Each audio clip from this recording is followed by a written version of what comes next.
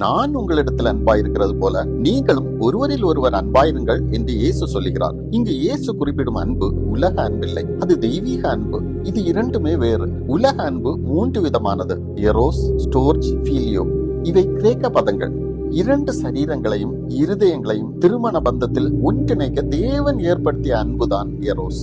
இது ஒரு ஆணுக்கும் பெண்ணுக்கும் இடையே உள்ள ஆசை மற்றும் ஈர்ப்பு தன்மையை சார்ந்தது. இந்த அன்பை திருமண பந்தத்திற்கு வெளியே வெளிப்படுத்தினால் அது பாவம்.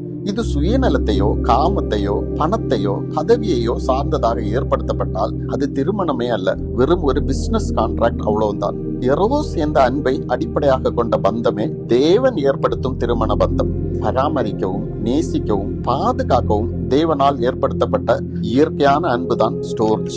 இது பெற்றோர் பிள்ளைகள் அல்லது பிள்ளைகளுக்கு இடையே இயற்கையாக ஏற்படும் பாச உணர்வு. எனக்கு மட்டும்தான் முழு பாசமும் கிடைக்க வேண்டும், என்னிடம் மட்டும்தான் பாசம் காட்ட வேண்டும் என்ற எண்ணமும் மற்றவரை கட்டுப்பாட்டில் வைப்பதும் தேவன் விரும்பாத வரம்பாகும். 2 நண்பர்களுக்கு இடையில் உருவாகும் அன்புதான் ஃபீலியோ. இது இருவரிடமும் உருவாக வேண்டும். ஒத்த எண்ணமும் கோட்பாடும் குணமும் இருக்கும் பட்சத்தில் ஒருவருக்கொருவர் பகிர்ந்து கொண்டு உதவி செய்து வளரும் அன்புதான் இந்த அன்பு. ஆனால் இயேசு குறிப்பிட்ட அன்பு இந்த உலக அன்பில்லை, அது அகப்பே என்னும் தெய்வீக அன்பு. தன்னலமற்ற சகிப்பு தன்மையுள்ள தியாக மனப்பான்மையுடன் கூடிய வரையறம் பெற்ற ஒரு பெரிய அன்பு. அந்த அன்பு சகலத்தையும் தாங்கும், சகலத்தையும் சகிக்கும், நீடிய பொறுமையுடன் காணப்படும், எளிதில் கோபப்படாது.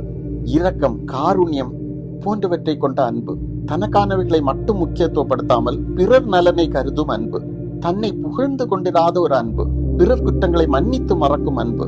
அந்த அன்பு சகலத்தையும் நம்பும், விசுவாசிக்கும், பாதுகாக்கும், உண்மையை பேசி நேர்மையாக வாழ செய்யும். இந்த அன்பு உங்களிடம் இருக்கிறதா என்பதை ஆராய்ந்து பாருங்கள். இந்த தெய்வீக அன்பை இயேசுவின் நாமத்தில் பிதாவிடம் கேட்டு பரிசுத்த ஆவியானவர் மூலம் பெற்றுக்கொள்ளுங்கள். ஆமென்.